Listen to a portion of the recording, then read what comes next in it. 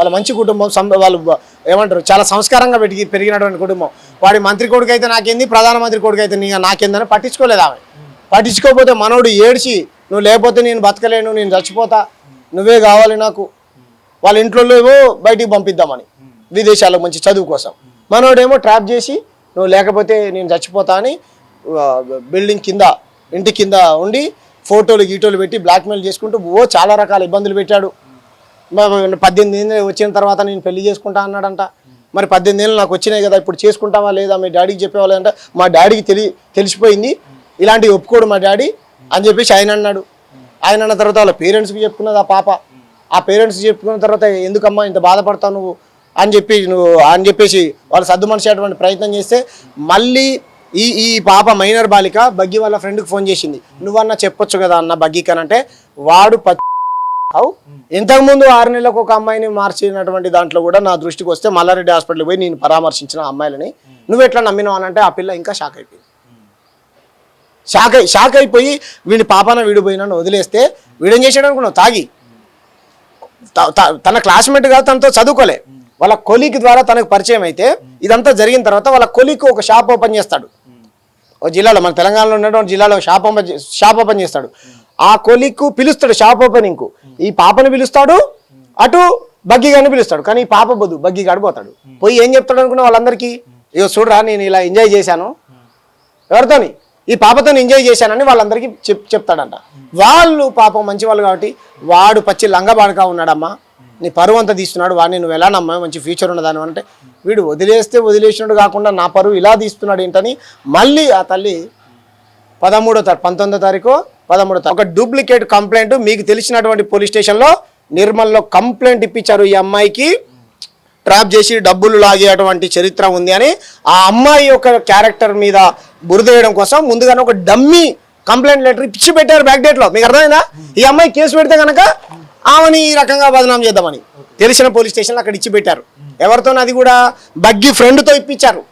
ఎవడు ఇప్పించాడు? ఈ కట్టపగాడు ఇప్పించాడు. ఎవరి డైరెక్షన్లో? బండి సంజయ్ డైరెక్షన్లో ఇప్పించాడు. మీకు అర్థమైందా? కంప్లైంట్ ఇప్పించారు తప్ప ఎఫ్ఐఆర్ చేపియలే. తర్వాత ఏం చేసింది ఆ పాప, ఇంటికి వచ్చేసింది.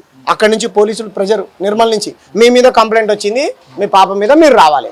పూర్ణియమ్మ మా పాప జీవితాన్ని ఆగం చేసి మమ్మల్ని బదనాం చేసి మా పాప సూసైడ్కి కారణమై మళ్ళీ మా మీదనే పోలీస్ స్టేషన్లో కేసు కంప్లైంట్ ఇచ్చారంట, మేము ఎందుకు రావాలి, పోదంపా మంత్రి కాడికి అని చెప్పేసి వాళ్ళు పోయే ప్రయత్నం చేస్తే మళ్ళీ ఈ కట్టప్ప ఏం చేశాడు, పెద్దగా అవుద్దని చెప్పేసి చాలా బతిమాడే ప్రయత్నం చేశాడు. ఎంత కూడా ఇల్లే వాళ్ళు, మీరు పెడితే పెట్టుకోండి కేసు, మా పాపకు జరిగిన అన్యాయానికి మా దగ్గర అన్ని ఆధారాలు ఉన్నాయని పేటు బషీర్ పోలీస్ స్టేషన్కు 7వ తారీఖు సాయంత్రం 6 గంటలకు పోతే 6, 7, 8, 9, 10, 11 అర్ధరాత్రి 12 అయినా ఇటు పక్క నుంచి డీజీపీ గారితో మాట్లాడాలి, ఏసీపీ గారితో మాట్లాడాలి, సీఎం గారితో మాట్లాడాలి, హోమ్ మినిస్టర్తో మాట్లాడాలి. రాజకీయ ఒత్తుళ్ళు ఎవరైనా పోలీస్ స్టేషన్కి వెళ్ళి కంప్లైంట్ లెటర్ ఏది వస్తే అది తీసుకోవాలి బ్రదర్. డీజీపీ గారితో మాట్లాడాలి. విఐపీ కేసు బండి సంజయ్ కొడుకు ఏమన్నా విఐపీయా? ఎవడు బండి సంజయ్ కొడుకు? ఎవడో సాధారణ పౌరుడు, అంతేనా కదా?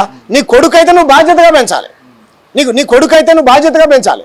ఆ పాప తన పైన హత్యా ప్రయత్నం చేస్తూ ఉంటే వద్దు బగి, మన ఇద్దరం ఒకటే దానికి సంబంధించిన వాళ్ళం, జై శ్రీరామ్ అని అరిచిందంట పాప, అయినా వదలే. నీకు అర్థమైందా? వీళ్ళు జై శ్రీరామ్ ఆటోమేటిక్గా ఆ పాప చేసేటప్పుడు కూడా జై శ్రీరామ్ అని నన్ను ఎవరైనా కాపాడే ప్రయత్నం చేయండి, జై శ్రీరామ్ భారత్ మాతాకి జై అని అరిచిందంట. అయినా సరే చుట్టుపక్కల ఎవరు లేరు, అంతా మద్యం తాగి ఉన్నారు. కాబట్టి మీరు ధర్మానికి వ్యతిరేకులు, ధర్మాన్ని అడ్డం పెట్టుకొని రాజకీయం చేసే దొంగలు మీరు. ఆ పాప అయితే పొద్దున్నే దేవుణ్ణి దండం పెట్టండి బయటికి వెళ్ళేది కాదు కదా. ఈరోజు ధర్మాన్ని చేస్తున్నా, ధర్మ వ్యతిరేకులన్నా, దేశ వ్యతిరేకులు అంటుండ్రు. ఆ పాప కూడా హిందూ పాపనే, ఆ పాప కూడా సేమ్ కమ్యూనిటీ పాపనే. బీసీ సంఘాలు ఆడిగిపోయినాయి, ఇప్పుడు రోడ్డెక్కాలి కదా. సినిమా హీరోలు ఆడిగిపోయి రోడ్డెక్కాలి కదా. అరే ఆ పేరేం పేరు మోహన్ బాబా, మంచు లక్ష్మి గారు ఎక్కడున్నారు? మీరు మాట్లాడాలి కదా. పవన్ కళ్యాణ్ సనాతన ధర్మరక్షకుడు కూడా 2 తెలుగు రాష్ట్రాలలో ఏ అమ్మాయికి ఏం జరిగినా హూ అంటావు కదా, ఆడిగిపోయినావు మాట్లాడాలి కదా. మారవడిలత మాట్లాడాలి కదా. ఎటుపోయారు ఇప్పుడు ఆడవాళ్ళు, మహిళా సంఘాలు కొంతమంది మాత్రమే పేటు బషీర్ పోలీస్ స్టేషన్ దగ్గర పోయారు కదా. సెలబ్రిటీలు, సినిమా హీరోలు, డైరెక్టర్లు మాట్లాడాలి కదా. కాంగ్రెస్ పార్టీ నాయకులన్నా మాట్లాడాలి కదా.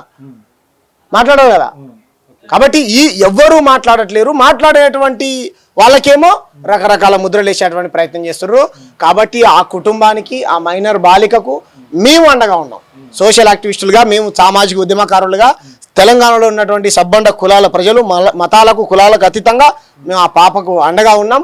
ఆ దుర్మార్గుడు చేసినటువంటి నీచ పనులు ఇంకా చాలా వందలు వేలు ఉన్నాయి. నా దగ్గర మొత్తం 3-4 పేపర్ల చిట్ట మొత్తం ఉన్నది. పాప పేరు చెప్పకూడదు కాబట్టి వాడు చేసిన ఘనకార్యాలు చాలా ఉన్నాయి.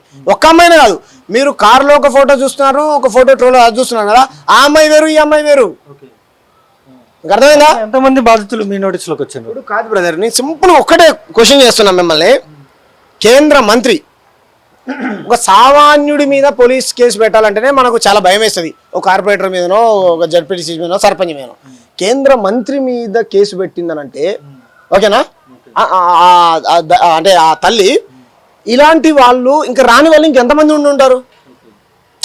బండి భగీరథు మంచోడు అనడానికి చెడ్డోడు అనడానికి నా దగ్గర ఆధారం లేదు, కానీ చెడ్డోడు అనడానికి గతంలో తాగిన సిగరెట్లు ఉన్నాయి. ఆయన ఏమో సంఘ్ అంటాడు, ఆర్ఎస్ఎస్ అంటాడు, దేశభక్తి అంటాడు, హిందువులు అంటాడు. హిందువులు, సంఘు, దేశభక్తులు సిగరెట్లు గంజాయిలు తాగరు కదా. మేము దేశభక్తులం. సరే పర్సనల్ అలవాట్లు ఉంటే ఉండొచ్చు, పబ్లిక్ డొమైన్లో పెట్టుకునే అంత నీచమైన పనులు అయితే చేయం కదా. కాబట్టి నా డౌట్ ఏంటంటే మల్లారెడ్డిలో కూడా 4-5 అమ్మాయిలు వీని బాధితురాళ్ళు హాస్పిటల్ పాలయ్యారు. వాళ్ళ ఫ్రెండ్సే పోయి పరామర్శించారు. ఢిల్లీ యూనివర్సిటీ నుంచి తన్ని ధర్మేశారు వీని క్యారెక్టర్ బాగాలేదని. టెక్ మహేంద్ర వాళ్ళు తన్ని ధర్మేశారు క్యారెక్టర్ బాగాలేదని. మనోడు ఫార్చునర్ కార్లు, ల్యాండ్స్ క్రూజరా ఏమంటారు కదా, అటువంటి పెద్ద పెద్ద కార్లు వేసుకుని అమ్మాయిలను ట్రాప్ చేస్తాడంట. ముందు ఫ్రెండ్షిప్ చేసుకునేటువంటి ఇలా రకరకాలు ఉన్నాయి బ్రదర్. మీరు ఇంకా చాలా డీప్గా స్టడీ చేస్తే వందలు. నేను ఒకటే రిక్వెస్ట్ చేస్తున్నా, బండి భగీరథ్ బాధితులారా, ఎవరైనా అక్కలారా, చెల్లెలారా, ఏ రాష్ట్రంలో ఉన్నా సరే మీరు ముందుకు రండి, ధైర్యంగా మాస్కులు పెట్టుకొని ముందుకు రండి. మేమందరం ఉన్నాం. వాడు మమ్మల్ని చంపుతా అంటున్నాడు. ఒక తెలంగాణలో జర్నలిస్ట్ ఉన్నాడు, ఈ ఇష్యూ మీద కొట్లాడుతున్నటువంటి జర్నలిస్ట్ని ఆయన చంపుతారంట, సుపారీ ఇచ్చారంట. ఆ సుపారీ లిస్ట్లో నా పేరు, ఇలా క్వశ్చన్ చేసేటువంటి వాళ్ళ పేర్లు చాలా మంది పేర్లు ఉందంట. నేను చెప్తున్నా, చంపితే చంపుకోండి, నీ పేరు కూడా ఉంటే ఉన్నదో లేదో నాకైతే తెలియదు. చంపితే చంపుకోండి బాబు, కాకపోతే ఆ పాపకు న్యాయం చేయండి అంటున్నాను. నన్ను చంపండి పర్వాలేదు, నన్ను చంపితే మా అమ్మకు ఇంకో కొడుకున్నాడు, ఆ జర్నలిస్టుని చంపితే మీలాంటి జర్నలిస్టులు 100 మంది పుట్టుకొస్తారు. కానీ ఆ పాపకు న్యాయం చేయండి. ఆ దుర్మార్గుడు చెప్పు నీచపు ఆలోచనలను చంపండి, మేము కోరేది అది. కాబట్టి తక్షణమే వాడిని అరెస్ట్ చేయాలి, డీజీపీ గారు చర్యలు తీసుకోవాలి, ప్రభుత్వం తక్షణమే స్పందించాలి, బండి సంజయ్ని మంత్రి పదవి నుంచి తొలగించాలి, పార్టీ నుంచి బర్తరఫ్ చేయాలి.